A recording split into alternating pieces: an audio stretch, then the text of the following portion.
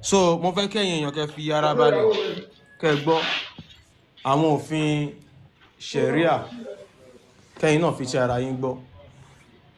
Wọ́n ní theft is punishable by amputation of the hands.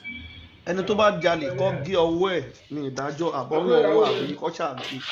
Criticizing or denying any part of the Quran is punishable by death. bí àwọn sọ fún nípa Kùránì ó wá ń lóhun gbà pé kò yẹ kó rí bẹ́ẹ̀ wá tún sọ ìṣàlẹ̀ kan nípa Kùránì ikú lè rí ẹ̀ṣẹ̀ ẹ̀kọ́ yẹgi fún ọkọ yìnbọn fún ọkọ pàǹpà àyà. Criticizing Muhammad or denying that he is a prophet is punishable by death. àbí kó máa sọ̀rọ̀ Muhammadu bákan pé Muhammadu ó bòkú sùn ó dó kẹ́tẹ́kẹ́tẹ́ ó jalè o aládánwò ní oníwàrápá o ó ní spọ́nspọ́n wọ́n ní kó parọ́ ẹni bẹ́ẹ̀ kó pokùnso ọkọ yẹgi fún ọkọ yìnbọn ọkọ ṣàpá wọ́n dẹ̀ lè mú àdó olóró kó jù sí lẹ́nu kó kú. Criticizing or denying Allah is punishable by death. bí ó wá ń sọ̀rọ̀ Allah pé Allah olófo ni o Allah ni Sátánì Allah lè ṣu Allah yẹn abirùn ọlọ́wọ́ ọ̀tún méjì ni wọ́n ní kó parọ́ ẹni bẹ́ẹ̀. A Muslim who becomes a non-Muslim is punishable by death. Muslim tó wá lóhun ò ṣe mọ́ wọn ò fẹ́ ṣẹgbẹ́ òkùnkùn Ìsìlámù mọ́ wọn ní kó pa kó yẹgi fún. ẹ wo lórí gbígbẹ ilé ẹ̀nà tó ń polówó mọ́ṣáláṣí. gbọ́ ẹgbẹ́ òsókè. A non-Muslim who leads a Muslim away from Islam is punishable by death.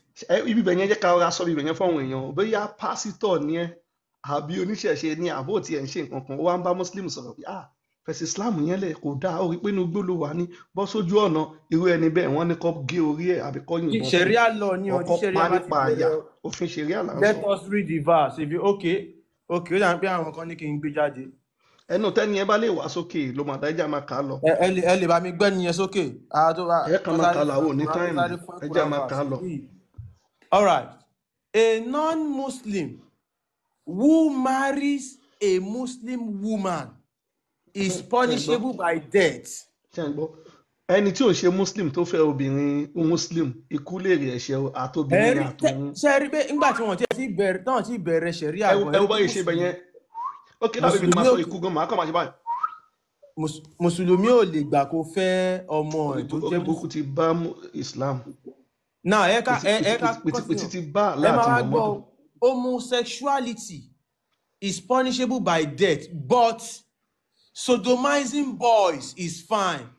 ṣé ẹ gbọ́ o wọ́n ní tí ọkùnrin àtọkùnrin tí wọ́n bá jọ ń ṣe kìlíbọ́ọ̀dì wọ́n ní ikú lè rí ẹ̀ṣẹ̀ o àmọ́ tí ọkùnrin yẹn bá jẹ́ àgbàlagbà irú Muhammadu yẹn tó ní ẹjẹ́ kọ́mọdé wa ta ló rántí àdìsí yẹn tó gbé azan ṣẹ̀ṣẹ̀ ṣé mẹ́sì rántí kí ni náà dẹ̀ yẹn mọ́ lórí o sápá mi lórí. a ti kà kan báyẹn náà rí tó gbé àṣẹ. ẹ mọ́ sáré rántí àlè àdábí kìíní kan máa wá jáde tó bá jọ ọmọdé ló wá ń tì nǹkan bọ̀ díẹ̀ wọ́n ní nọ́mà nìyẹn. wọ́n ní ọkùnrin ọmọ kékeré tó bá yẹ ọmọ kékeré ó lè tì nǹkan bọ̀ ń dì nídìí ẹ̀.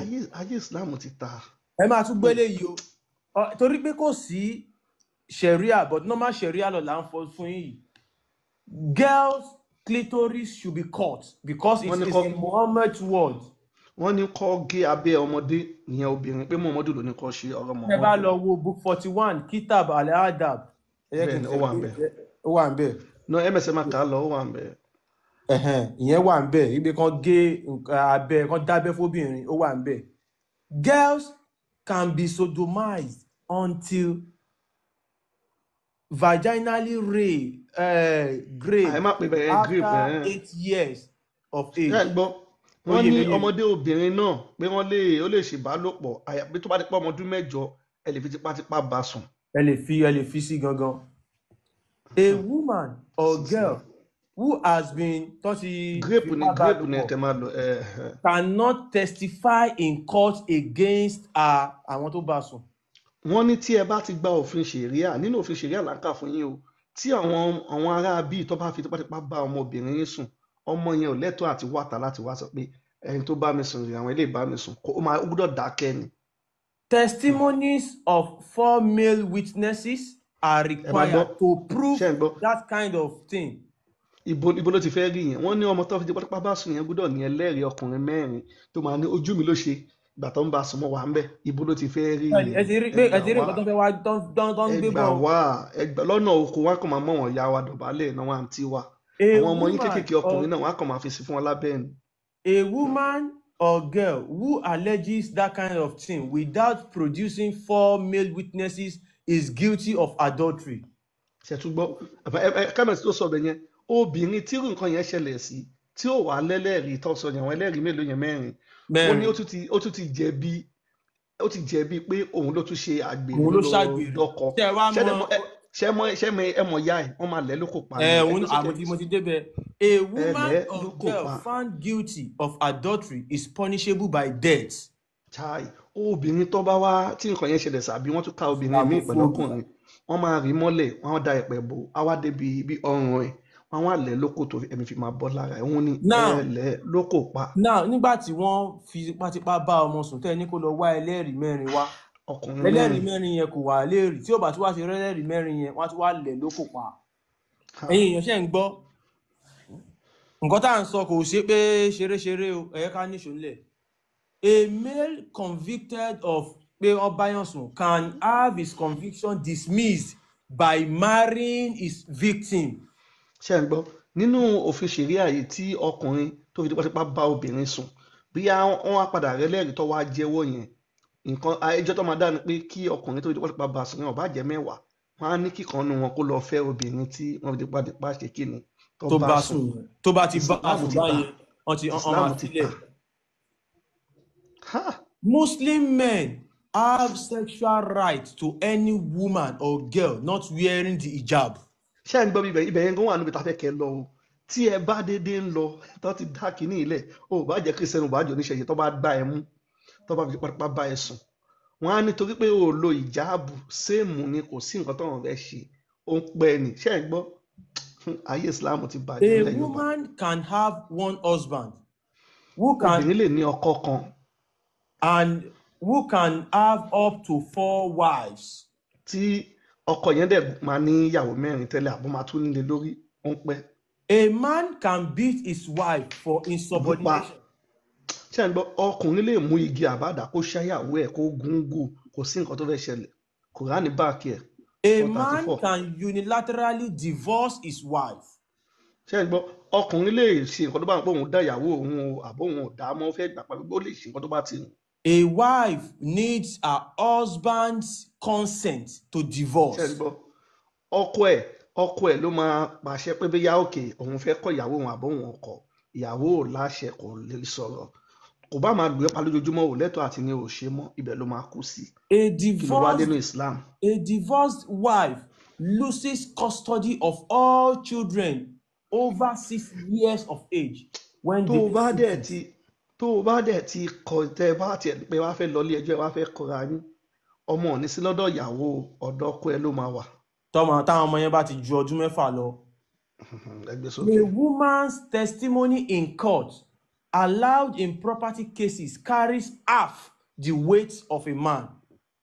tí obìnrin ó bá jẹ́rìí nílé ẹjọ́ ìyẹn ogún ọkọ wọn máa jẹ́ pé á pín sí méjì. nǹkan tó ń tọ́ra di sọ́mẹ̀ ń pé tẹ́ bá fẹ́ mẹ́lẹ́rìí wá ní court obìnrin ìlàjì ni ẹ̀rí ẹ̀. ní ọkùnrin okay kí ẹ̀rí obìnrin ò lọ́gbọ́n tọkùnrin. ìlàjì ni ọgbọ́n orí obìnrin sí tọkùnrin obìnrin méjì òun ni ọkùnrin kan. ọkùnrin kan yà. ṣé nǹkan yẹn fi yé ẹ̀yin èyí tẹ̀ ń gbọ́. A female hair inherits half of what a male hair inherits. ẹgbẹ́ díẹ̀díẹ̀ obìnrin jẹ́ kí ni. A female hair bóyá bí ogún. kí ni mo fẹ́ pe hair yìí náà ẹ̀yà mi yóò bá yẹn ìyá ìmọ̀wérì náà. kí la máa ń pè wọ́n tá a bá lọ fíìlì báńkì tá a bá lọ fíìlì form next of kin. next of kin. ok ẹni tó máa jogún. female hair tó bá jẹ́ pé next of kin obìnrin ó máa gba half of what a male hair inherit tó túmọ̀ sí pé. ok tó bá fẹ́ pín ogún obìnrin máa gba àbọ̀ ọkùnrin bá gbà bẹ́ẹ̀ ni. ẹ ṣe ẹ̀yin tẹ́ wà ní comment section yẹn bá wa lọ. so bí yẹn ṣe rí obìnrin máa gba àbọ̀ nǹkan tọkùnrin máa gbà. bẹ́ẹ̀ ni ẹ mọ̀ pé lẹ́ẹ̀rí obìnrin náà ìlàjì ni fún tọkùnrin so obìnrin ò jámọ́ kankan nínú ṣẹ̀ríà. A woman cannot speak alone to a man who is not her husband or relative. obìnrin ò ní bá ọkùnrin kankan sọ̀rọ̀ tí ó bá ti ń ṣe ọkọ ẹ̀ àbẹ́bí ẹ̀. Meat to be eat must come from animals that have been sacrificed only to Allah. ẹran tẹ máa jẹ ó gbọ́dọ̀ jẹ ẹran tí wọ́n ti pè bisimilahi sí. Bismillah, Allahu Akbar. òun náà ń tẹ́ pé bisimilahi sí. Kẹ́ ẹ lè mọ̀ pé ṣìgìdì ni Allah o, wọ́n máa ń pẹran fún ni o. ẹ lè jẹ ẹran míì tí ó. Ẹ máa tún wá gbọ́ léyìí o, last one, ìyẹn làwọn àáfà tó máa ń wá síbí máa ń ṣe. Dandan ni nínú Islam. Muslims should engage in taqiyya and lie to non-Muslims to advance Islam. àwọn muslim wọn ẹ̀tọ́ wọn ni kí wọ́n parọ́ fún ẹni tí ò ń ṣe muslim láti fi tàn yín wọnú Islam. irọ́ yẹn ó jẹ́ nǹkan tó dáa fún wọn kó pa fún yín.